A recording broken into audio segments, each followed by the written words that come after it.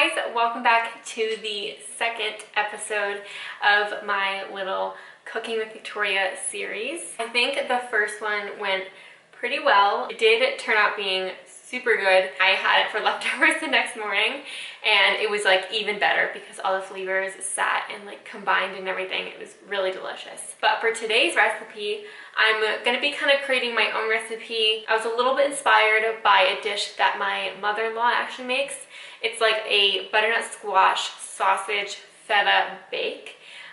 So it just like is baked in the oven and it's a little side dish. But I'm actually going to be making this into a pasta dish, which I have made this before and really loved it. I love butternut squash and I love feta and I just love all of this stuff combined. So let me show you what you'll need. So this is everything you're going to need. I don't have the salt and pepper out here just because I keep that in my cabinet so I don't feel like taking it out.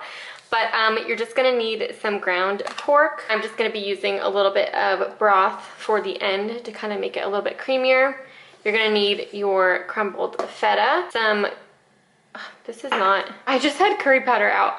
I meant to get the nutmeg out. So you're gonna need just a little bit of nutmeg, an onion. I have a whole bag of onions because I just came back from the farmer's market, so I didn't have time to take them out.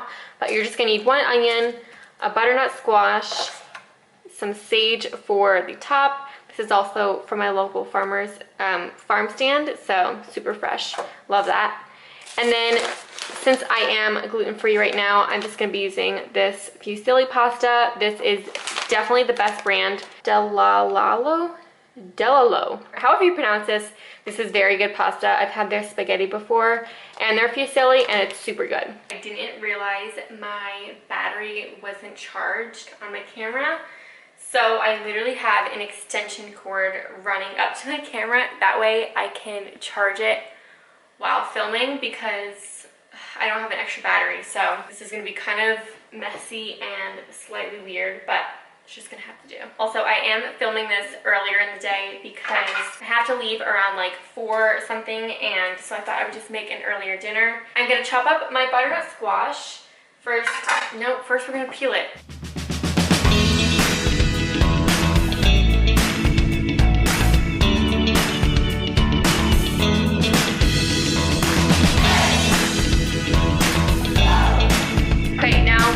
All of our butternut squash chopped up, and as you can see, it's a lot. So I'm just gonna do literally half of it and then save the other half for probably a butternut squash soup. So once I have set my butternut squash aside, I'm going to heat up my Dutch oven pot to like medium-high heat, and I'm going to saute my meat. Get some olive oil, just a little bit, because when you saute meat, it gets like really oily sometimes. I always take a little water in my fingers and sprinkle it in, and if it sizzles, which it just did, that means it's ready. Add my pork.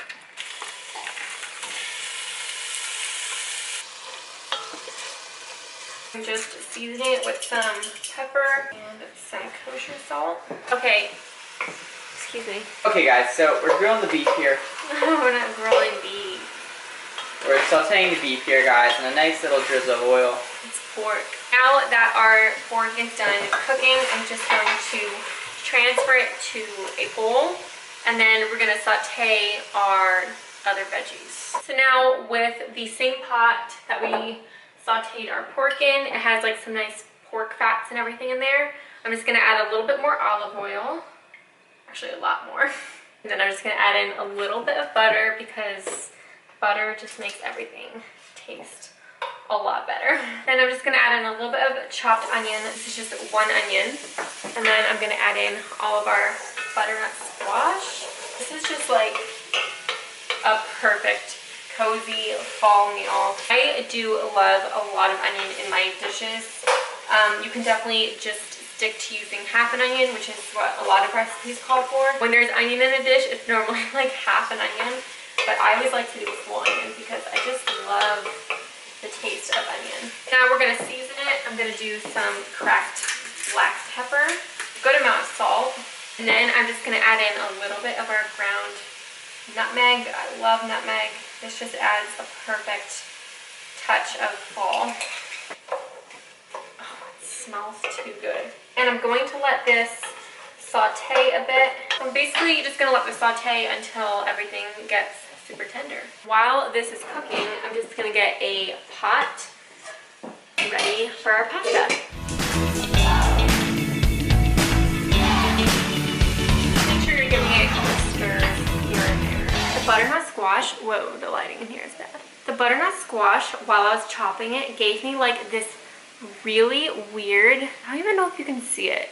It's like peeling skin. It's so weird, but I don't know why it does that. You can honestly use whatever pasta you want. I would have loved to have done like an orecchiette pasta or something like that.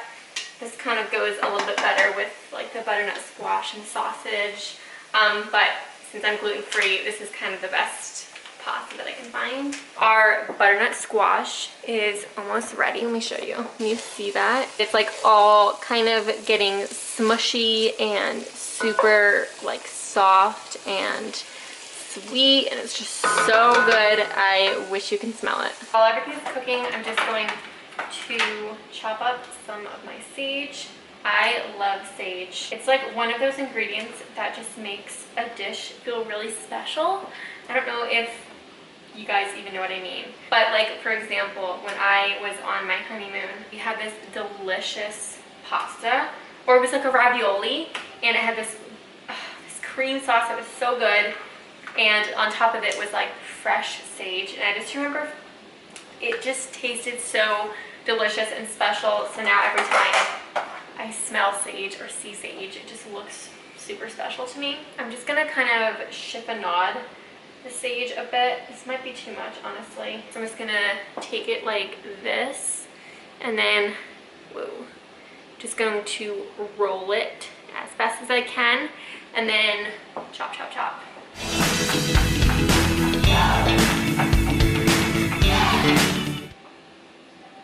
Then you just get these like perfect, oh, I dropped one. Perfect little slices. Then you just get this perfect, then you just get these like perfect little swirly little pieces of sage. Ooh, that's steam. Now we're just gonna add literally everything together. So I'm gonna add in just a little bit of chicken broth to kind of give it a creamier consistency. And I'm just gonna put it back on the heat for a little bit to kind of cook everything together. Now we're gonna add in lots and lots of feta because this really makes it. Smells so good. Lastly, I'm just taking my fresh sage, adding that all in. When the squash and the cheese really like cook with the noodles, that's when it becomes delicious. And for the finishing touch, just a dash.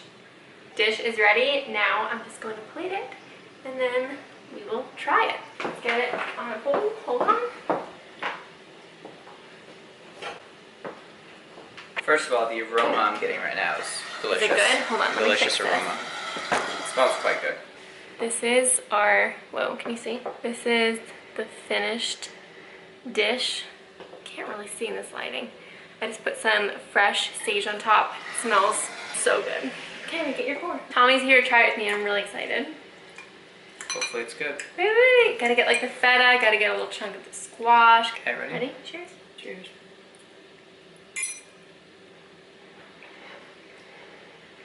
Amazing. Oh, that's really good. Mm-hmm. That's delicious. Can you taste a little nutmeg? I did a little nutmeg for fall. You knocked it out of the park. Can you bring me some? Tommy's studying.